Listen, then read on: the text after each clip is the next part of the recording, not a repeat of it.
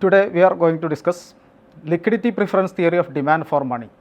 This theory was put forward by J.M. Keynes in his famous book General Theory of Employment, Interest and Money, published in 1936. Before going to detail of the theory, there is a simple question: why people demand for money? According to the classical economists, people demand for money for transaction purpose. Money is a medium of exchange. People convert their commodities into money, and money is converted again into commodities they wanted. Then there is a little bit difference in the case of the Keynesian theory. According to Keynes, besides the transaction demand for money, there is another purpose of money, that is earning profit from the bond market, from the fluctuation of the bond prices. People demand for money, according to Keynes, there are three motives. First one is transaction motive, second one is precautionary motive, and third one speculative motive. We can discuss the first motive, that is a transaction motive, in detail.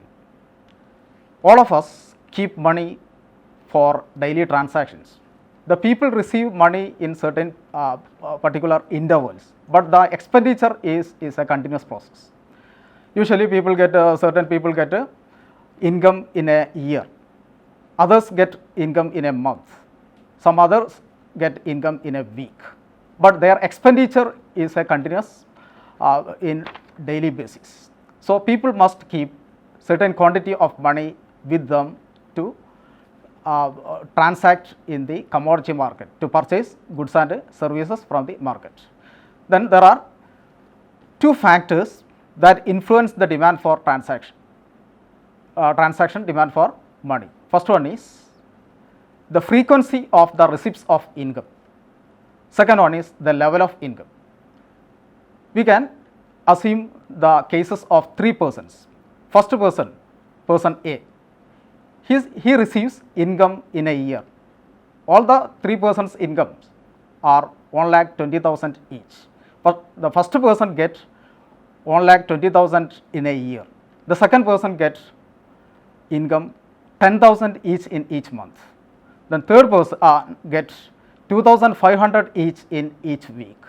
Then the quantity of money they keep for transaction purpose is different. For the first person, he must keep 60,000 rupees, or his average holding of money for transaction purpose is 60,000 rupees. But in the case of the second person, his demand is only 5,000 rupees. 5,000 rupees is his demand, average demand for money. Then in the case of the third person, his average holding of money for transaction purpose is 1,250 only. So as the frequency changes, or frequency of the receipts of the income changes, the holding of the money for transaction purpose also changes. The another important factor is the level of income. The more the income of the person, the higher the quantity of money the person must keep for his transaction purpose. So the more the frequency, the lesser the quantity of money required. The higher the income, the higher the quantity of money the person must keep for transaction purpose. For the simplicity, we assume the first one, that is the frequency of income receipts is constant. Then the quantity of money demanded for the transaction purpose depends upon the level of income, or it is a function of the level of income. Then as an equation form, we can state it as MT is equal to Fy.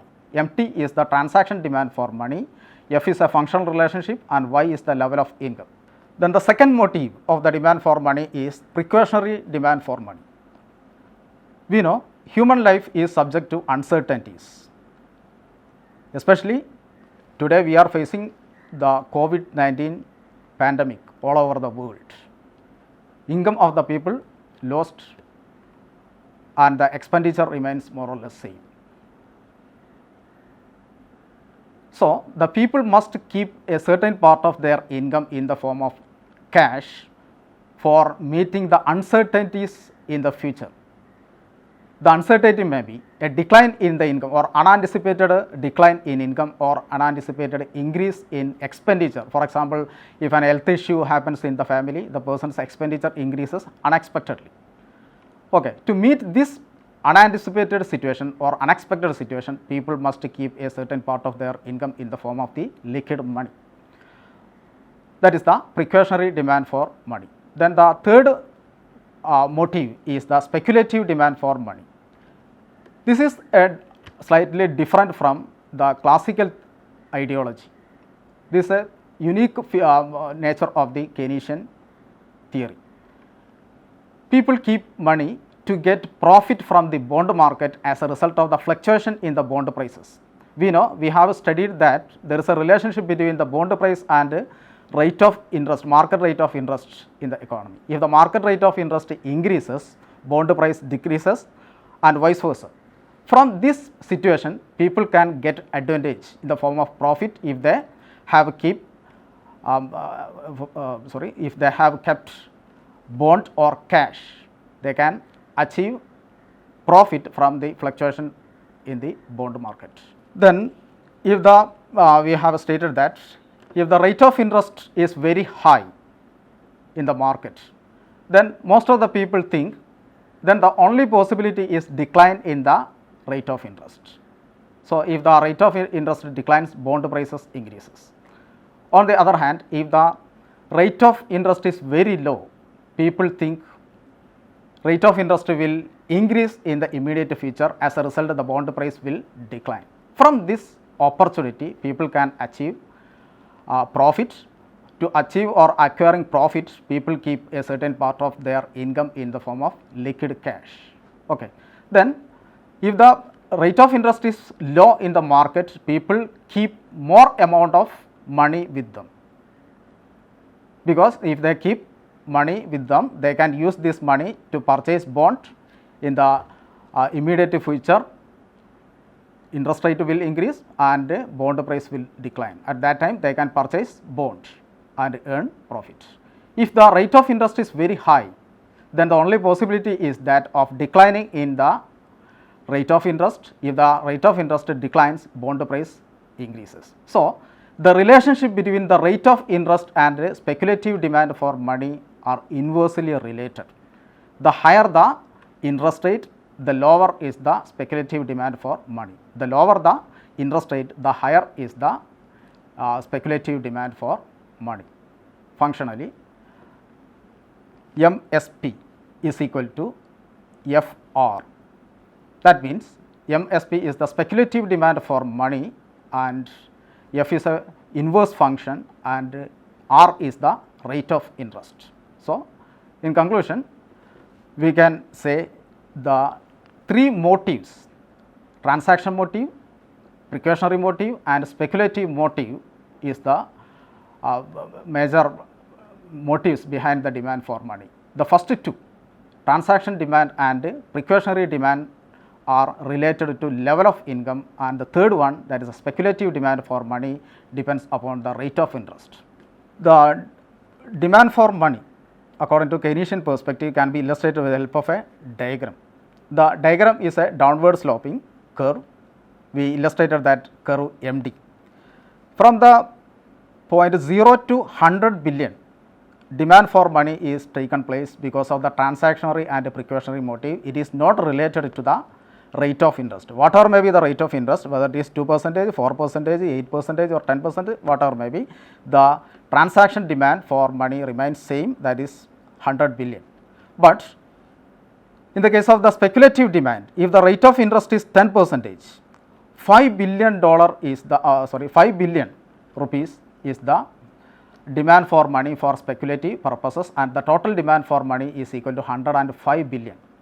On the other hand, if the rate of interest falls to 8%, then the speculative demand increases to 10 billion and the total demand for money increases to 110 billion. So as the rate of interest falls, more demand for money takes place because of the speculative demand for money. All the three motives are illustrated in the curve, that is MD. Then we have discussed the demand for money. Then we want to discuss what is the meaning of the supply of money. Supply of money is the total quantity of money with the public in the economy at a time. It mainly depends upon the monetary policies taken by the central bank. Therefore, in the short run, supply of money is fixed. It will not vary because the monetary policy only at the time of the change in the monetary policy, the supply of money changes.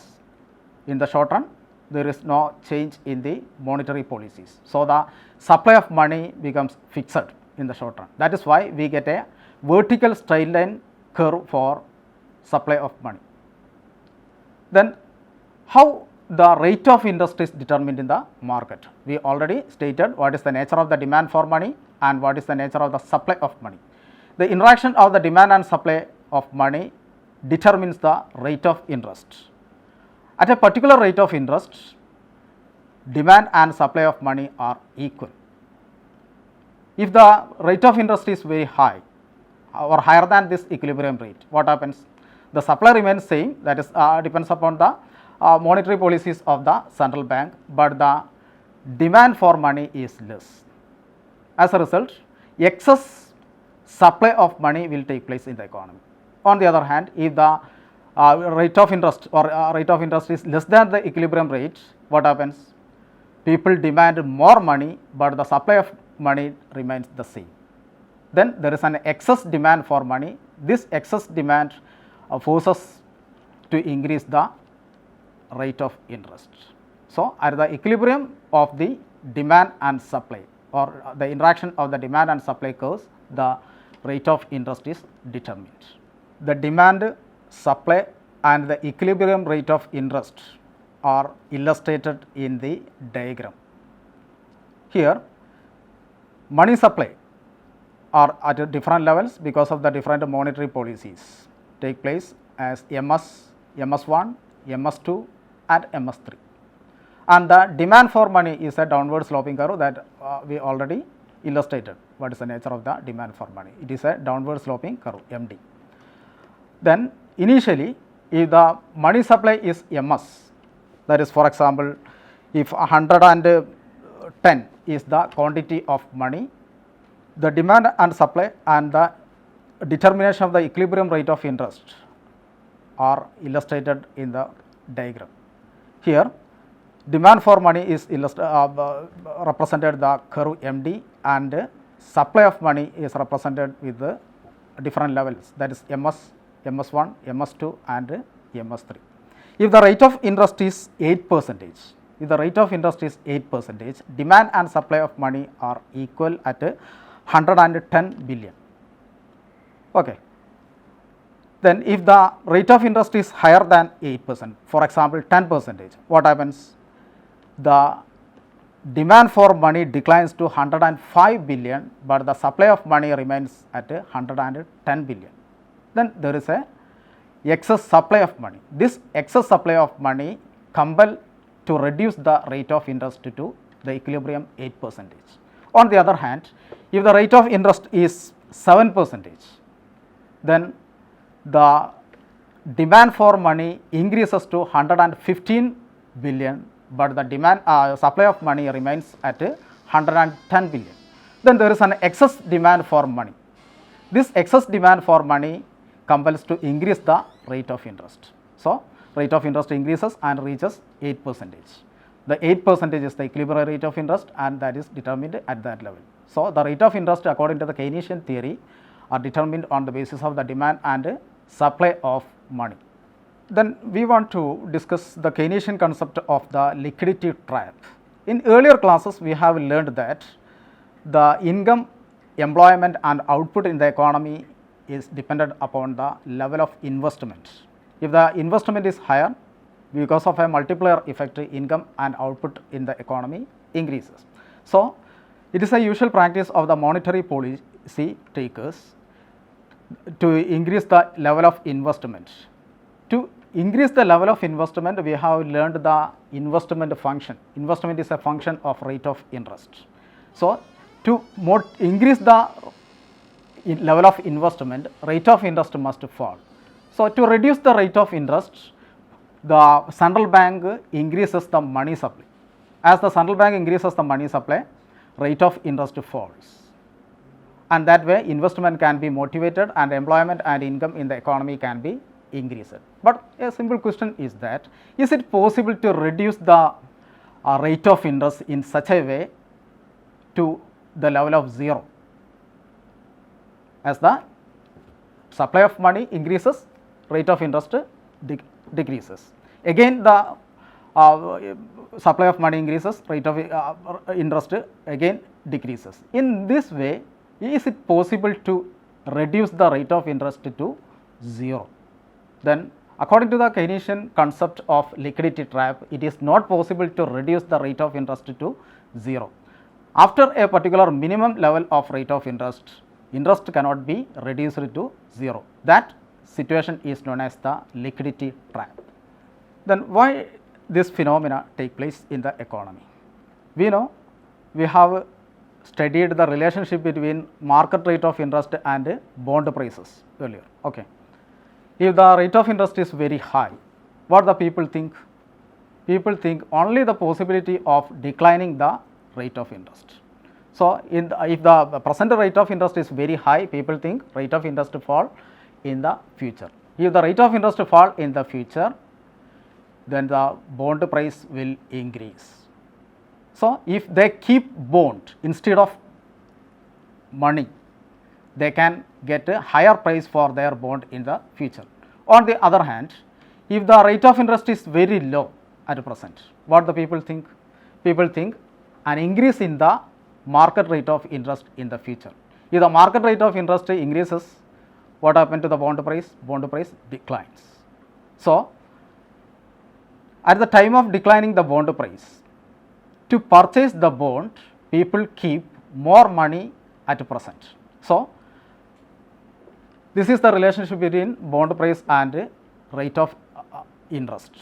Then as the central bank of the country increases the level of or the supply of money, then there is a certain difficulty take place in the economy. As lower and lower rate of interest, more and more people think the interest go up in the future. At a particular lower interest rate, everyone becomes confidently think that it must rise in the near future. Therefore, the speculative demand for money becomes perfectly elastic. This perfectly elastic portion of the demand for money is known as the liquidity trap. The liquidity trap is illustrated in the diagram. Here the x-axis measures the quantity of demand and supply of money, and the y-axis measures the rate of interest. Then MD is the demand for money curve, and different levels of money supply are there. MS, MS1, MS2, MS3 are the supply of money. Initially, if the rate of interest is 8%, we already shown that demand and supply of money are equal at 110 billion. Then, if the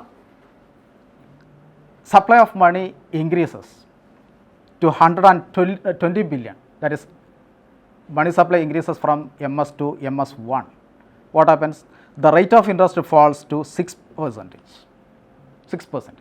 Again, to motivate the employment and output in the economy, central bank increases the money supply again to MS2, that is 140 billion. What happens? The rate of interest falls to 4%. Again, to motivate the economy, central bank increases the money supply to MS3, that is 150 billion. What happens? The rate of interest remains at 4%. Even though there is 10 billion increase in the money supply, the rate of interest cannot reduce it to less than 4%. It remains at the 4%. Then from that 4%, the demand for money curve becomes a horizontal straight line parallel to the x-axis. That means it is a perfectly elastic curve.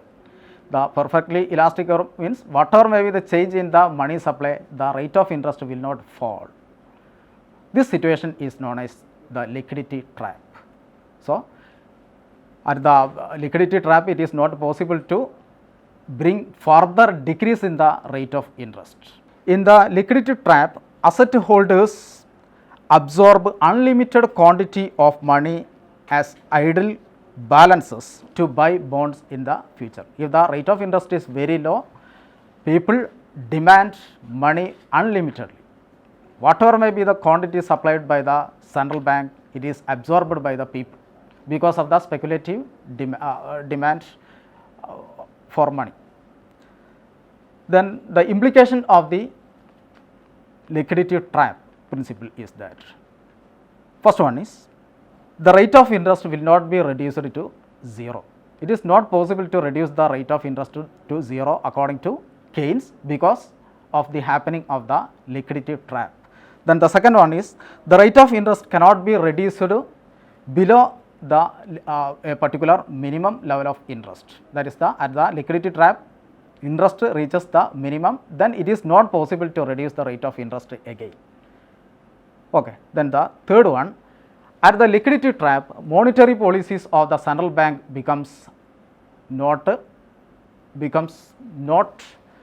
effective. That means at the liquidity trap, monetary policies taken by the central bank becomes sterile. Then the only possibility of regulating the employment, output and income in the economy is only fiscal policy. So, according to Keynesian principle, there are certain limitations for the monetary policy. That is, if the economy is already reached the liquidity trap, then the monetary policies are not effective. Then we can discuss the major criticisms against Keynesian theory. Okay. According to Keynesian theory, the wealth holders keep their wealth only in two forms. First form is the money, which has the full liquidity, and the second one is the bond, which has least liquidity, but it helps to earn income, interest income to the wealth holders. But in modern times, there are new instruments which provides both liquidity and income, interest income to the wealth holders. The instruments like treasury bills, commercial papers and saving deposits etc. provide both the qualities. They can provide liquidity and interest income to the wealth holders. Okay. Then the second one, indeterminateness. According to the liquidity preference theory, according to the liquidity preference theory, the demand for money curve shifts ups and downs according to the change in transaction and precautionary demand for money. But the transaction and precautionary demand cannot be known unless we know the level of income. First of all, we must know the level of income, then only we can find out the precautionary and transaction demand for money. But if we know only the rate of interest and the level of investment, we know the level of income. So, the later Keynesian economists like Hansen and Hicks put forward developed the curve LM and IS to find out the combined action of real and monetary factors to determine the rate of interest. But according to Keynes, rate of interest is only a monetary phenomenon. Then second one, this theory is too narrow. That means the real factors like the saving, in the marginal efficiency of capital, marginal propensity to consume etc. are not considered by Keynes in the determination of the rate of interest. He considered only the monetary elements, not the real elements. The next one, according to Keynes, interest is a reward for parting with the liquidity. To keep aside the liquidity, interest is earned. But in a real situation, without saving, people cannot keep aside the money. Only the result of saving, people can keep money and they can use that money to buy bond. But the role of saving is not considered by Keynes in the determination of the rate of interest. The next one, the concept of liquidity trap is challenged by many economists, especially in the modern times or modern economies. According to the liquidity trap concept, rate of interest cannot be reduced to 0. But in real situation, most of the modern economies, the experience of most of the modern economies shows that the rate of interest has reached 0 or even negative in certain situations. But such a possibility is not considered by J.M. Keynes. He from his liquidity trap principle, he stated that rate of interest cannot be reduced from a particular minimum level of interest.